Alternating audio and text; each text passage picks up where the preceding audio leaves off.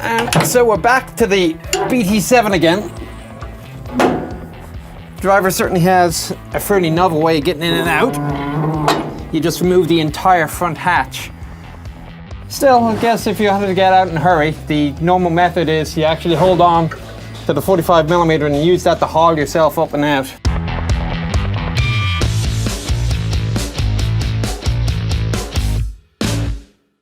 As long as I'm not actually in the process of driving, this is actually kind of comfortable. My only concern is that when I put my foot on the clutch, my knee is way up in my face, and there's so much fluid flowing around on here, I've got no traction whatsoever on my knees.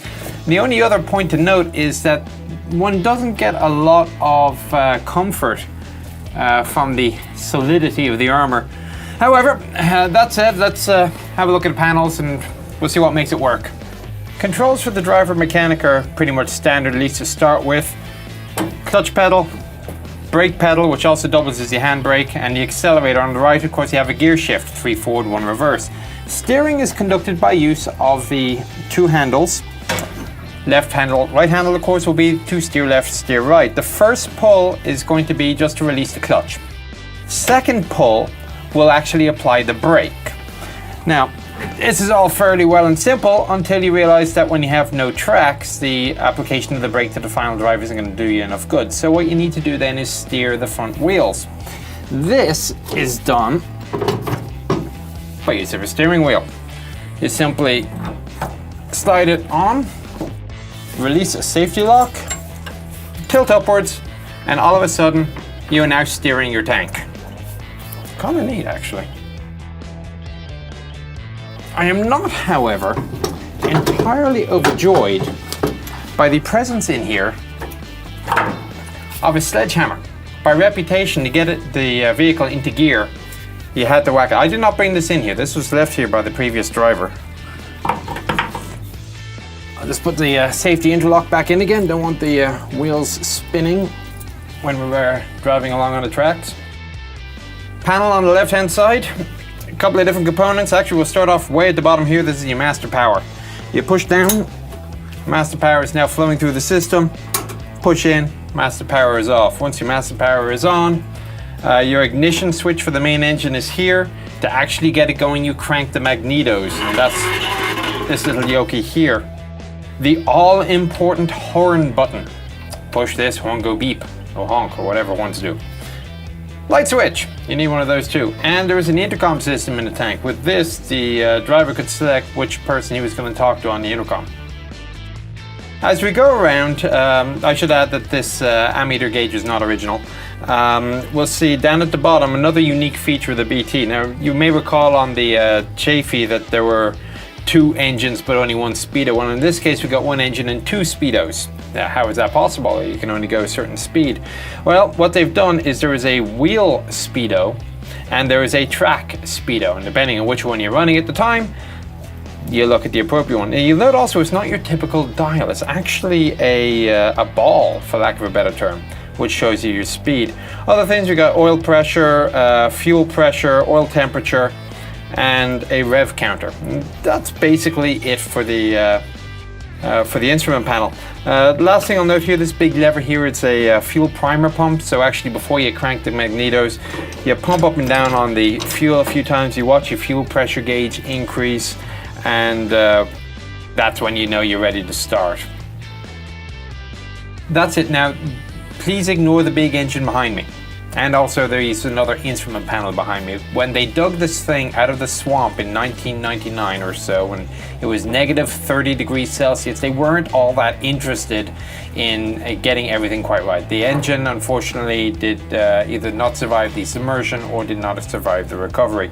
So in order to get it running, they've replaced the engine entirely and put something bigger and better into it, which means that it actually doesn't really fit in the engine compartment. It's kind of projecting through into the crew compartment. The batteries have been moved out of the rear of the vehicle and now where the ammunition stowage used to be under the turret floor.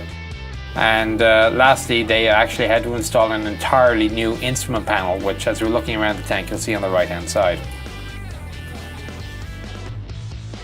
Not much else in here really. I mean, we've got storage compartments for the coaxial machine gun, Behind me you can see the ammunition for the 45mm, and well, that's it. Next stop, the turret. Our last stop is going to be the turret. Now, although it looks actually kind of roomy, bear in mind this is not a complete vehicle. The most significant thing this is missing is the recoil guard, which will come all the way back out here to stop the crews losing their shoulders when the gun comes back. So if I sit straight forward, you can see how far out my shoulder is compared to the gun. It's going to be a very, very narrow experience. Combine this with the fact that there's no floor. Well, there's no turret floor, there's no basket, you just have the ammunition that you're on top of. And things suddenly get very cramped indeed. Traverse, simple enough. You have a travel lock, which you disengage. There are two speeds for the wheel, a high range and a low range. And you use one for either traversing quickly or the other for placing on lay. And to select between the two, you'll pull out or push in the wheel. Unfortunately, broken on this system. There is a elevation travel lock as well, used simply enough here, which is currently applied, disapplied, and elevation and depression is very simple. Incidentally, this is also how you secure the driver's hatch for a road march. So what you'll do is you elevate the gun, swing up the driver's hatch, lower the gun, engage the travel lock. Oh, there you go. And that will secure the driver's hatch in place and prevent it from falling forward and slamming the driver in the head, which probably will be a significant emotional event. Gun itself, 45mm, very common gun of the Red Army of the late 30s. To fire it, you had foot triggers. If for some reason the foot trigger didn't work, there was a way of manually setting off the gun by simply pushing this handle forward. Coaxial machine gun on the right hand side, and if you look at the ammunition that's available, you really get the impression that the coax was a primary weapon system. The loader has 7 rounds of 45mm ammunition available to him, and an additional 44 minus 7, there's my mental arithmetic for you, scattered around the hull. Lots and lots of coaxial ammunition drum in the turret, in the driver's compartment, under the whole floor, all over the place. The coax seemed to be the primary weapon system. Of course, feeding that was the loader's job as well. Outside of that, visibility outside, you have tiny little slits, which terrible visibility. But I guess it's better than nothing at all. Commander's panoramic housing for the sight up here, simple enough. And beyond that, the last thing he has are these little pistol ports. There are 3 of them scattered around the vehicle and are undone by simply twisting, and the thing will fall out. The last thing I'll mention is at the rear of the turret, well, that's where your radio would be. Beyond that, very simple seats, no turret basket, simple gun, point and shoot. What can go wrong? That said, I think that about concludes our tour of the BT, so I'm going to hop outside.